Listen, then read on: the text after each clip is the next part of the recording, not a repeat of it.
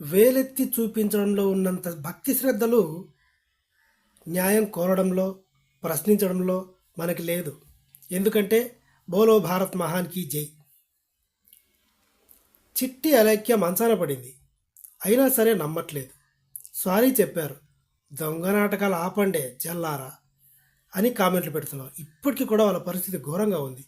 నేను ఎంక్వైరీ చేశా రాజమండ్రి సైడ్ ఉన్న మా తెలిసిన వాళ్ళని. కూరగాయలు కొనడానికి బయటికి వెళ్ళలేని పరిస్థితి. ఇప్పుడు వీళ్ళ పరిస్థితి ఎలా ఉందంటే కూరగాయలు మార్కెట్కి వెళ్ళలేని పరిస్థితి. చిట్టి అలక్య చిట్టి హాస్పిటల్లో ఉంది, ఐసీయూలో.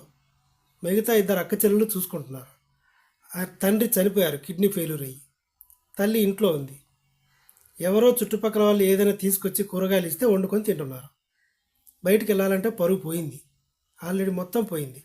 అఫ్కోర్స్ తప్పు వీళ్ళదే కావచ్చు, కానీ ఎంతమంది తప్పులు చేయట్లేదు, ఎంతమందికి క్షమాపణలు చెప్పట్లేదు. కోట్లు స్కాములు చేస్తున్నారు. నెలలు నిండని పసిపిల్లల మీద అత్యాచారాలు జరుగుతున్నాయి. వాళ్ళ గురించి మనకు అనవసరం.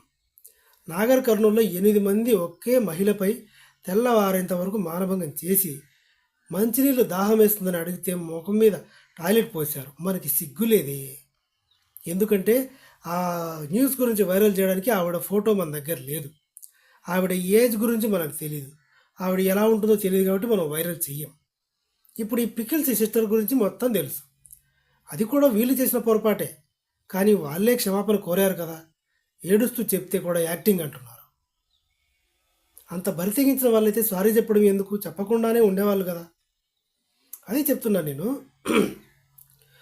ఒకరిని విమర్శించడంలో చూపించిన శ్రద్ధ ఆడపిల్లలకు అన్యాయం జరిగినప్పుడు, జరగకూడని ఏమైనా జరిగినప్పుడు కూడా ఇలాగే ప్రశ్నిస్తే బాగుంటుంది, దేశం బాగుపడుతుంది. ఈరోజు వాళ్ళు హాస్పిటలైజ్ అయ్యారు. వాళ్ళు చేసిన తప్పే. వాళ్ళు తిట్టడానికి కూడా కారణం లేకపోలేదు. వాళ్ళకు వచ్చిన గలీజు కామెంట్లు, పచ్చడి ఎందుకు నాకడం, మిమ్మల్ని నాకుతాము, మిమ్మల్ని ఎలా బుక్ చేసుకోవాలి అని కామెంట్లు చేశారు. ఆ కామెంట్లు ఎందుకు చేశారు? వీళ్ళు చూపించిన అత్యుత్సాహం.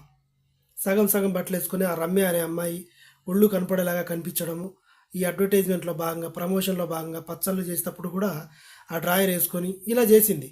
దానికి తగ్గట్టుగానే వీళ్ళు కూడా కామెంట్స్ వాట్సాప్లో ఇలాంటి మెసేజ్ చేయడము, వీళ్ళదంతా గ్లిడ్జ్ పెట్టేసుకొని నార్మల్గా మెసేజ్ చేసినప్పుడు కూడా నెక్స్ట్ అదే అడుగుతాడు, నీ పచ్చడే కావాలి నాకు అంటాడేమో అని తిట్టేసింది.